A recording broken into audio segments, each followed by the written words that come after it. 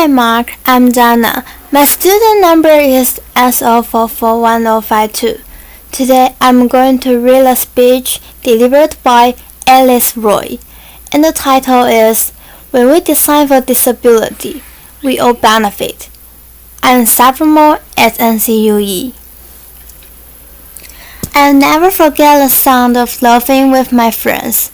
I'll never forget the sound of my mother's voice right before I fall asleep. And I'll never forget the comforting sound of water trickling down a stream.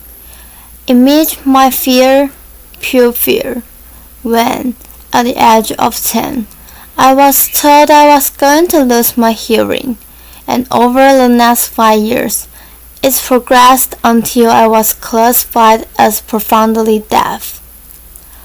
But I believe that losing my hearing was one of the greatest gifts I have ever received. You see, I get to experience the world in a unique way, and I believe that these unique experiences that people with disabilities have was going to help us make and design a better world for everyone, both for people with and without disabilities. I used to be a disabilities rights lawyer, and I spent a lot of time focused on enforcing the law, ensuring that accommodations were met, and then I had to quickly learn international policy because I was asked to work on the UN Convention that protects people with disabilities.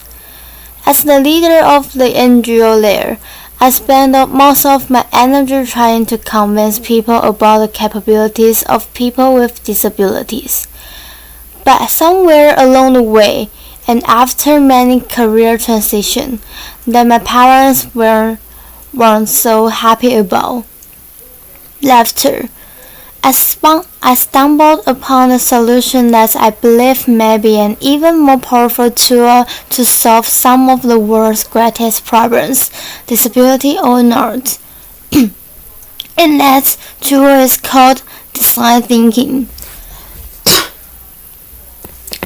Design thinking is a process for innovation and problem solving. There are 5 steps. The first is defining the problem and understanding its constraints. The second is observing people in real-life situations and empathize with them. Third, throwing out hundreds of ideas. The more the better, the wilder the better. Fourth, prototyping, gathering whatever you can find to mimic your solution, to test it, and to refine it. And finally, implementation, ensuring that the solution you came up with is sustainable. Warren Berger says that design thinking teaches us to look sideways, to reframe, to refine, to experiment, and probably most importantly, ask those stupid questions. Design thinkers believe that everyone is creative. They believe in bringing people from multiple disciplines together because they want to share multiple perspectives and bring them together and ultimately merge them to form something new. Design thinking is such a successful and versatile tool that it has been applied in almost every industry.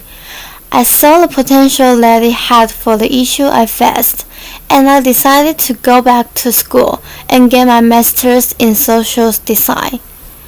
Let's look at how to use design to create positive change in the world. While I was there, I fell in love with woodworking, but what I quickly realized was that I was missing out on something. As you are working with a tool, right before it's about to kick back at you, which means the piece of the tool jumps back at you. It makes a sound, and I couldn't hear this sound, so I decided, why not try and solve it? My solution was a pair of safety glasses that were engineered to visually alter the user to pitch changes in the tool before a human ear could pick it up. Why hadn't tool designers thought of this before? Laughter. 2 reasons. 1. I was a beginner. I wasn't weighed down by expertise or conventional wisdom. The second is I was deaf. My unique experience of the world helped inform my solution. And as I went on, I kept running into more and more solutions that were originally meant for people with disabilities, and let's end up being picked up, embraced, and loved by the mainstream, disability or not. This is an OXO potato peeler. It was originally designed for people with arthritis, but it was so comfortable. Everybody loved it. Text messaging that was originally designed for people who are deaf, and as you know, everybody loves that too. Laughter. I started thinking, what if we changed our mindset? What if we started designing for disability first? Not the norm. As you see, when we design for disability first, we often stumble upon solutions that are not only inclusive, but also are often better than when we design for the norm. And this excites me, because this means that the energy it takes to accommodate someone with a disability can be leveraged, molded, and played with as a force for creativity and innovation.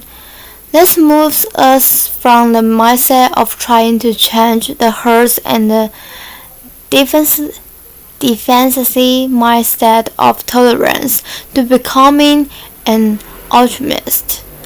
The type of magician that this world so desperately needs to solve some of its greatest problems.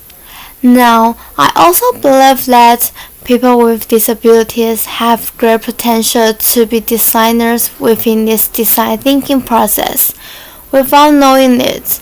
From a very early age, I have been a design thinker, fine-tuning my skills. Design thinkers are, by nature, problem solvers. So listening to a conversation and only understanding 50% of what is said, you can't ask them to repeat every single word. They will just get frustrated with you. So without even realizing it, my solution was to take the muffled sound I hear that was the beat and turn it into a rhyme and place it with the lips I read. Years later, someone commented that my writing had a rhyme to it. Well, this is because I experienced conversations as rhymes. I also become really good at falling. Laughter.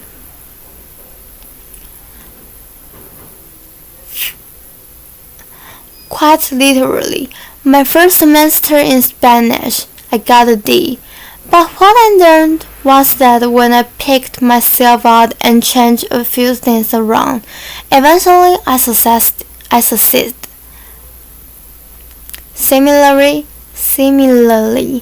design thinking encourages people to fail and fail often, because eventually you will succeed. Very few great innovations in this world have come from someone succeeding on the first try. I also experienced this lesson in sports. I'll never forget my coach saying to my mom, if she just didn't have her hearing loss, she would be on the national team. But what my coach, and what I didn't even know at the time, was that my hearing loss actually helped me excel at sports. You see, When you lose your hearing, not only do you adapt your behavior, but you also adapt your physical senses. One example of this is that my visual attention span increased. Imagine a soccer player coming down the left flank. Imagine being goalkeeper, like I was, and the ball is coming down the left flank. A person with normal hearing would have the visual perspective of this. I had the benefit of a spectrum this wide, so I pick up the players over here and as we're moving about them coming down the field, and I pick them up quicker, so that if the ball was passed, I could reposition myself and be ready for that shot. As you can see, I have been a design thinker for nearly all my life.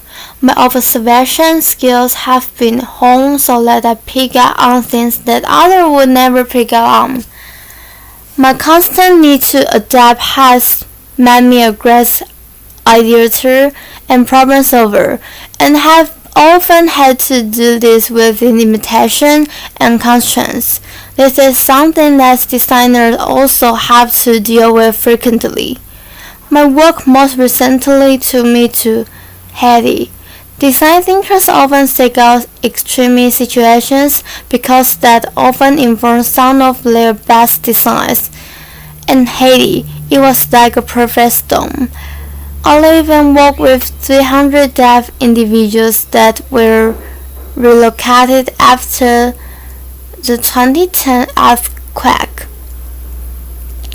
But 5.5 years later, there still was no electricity.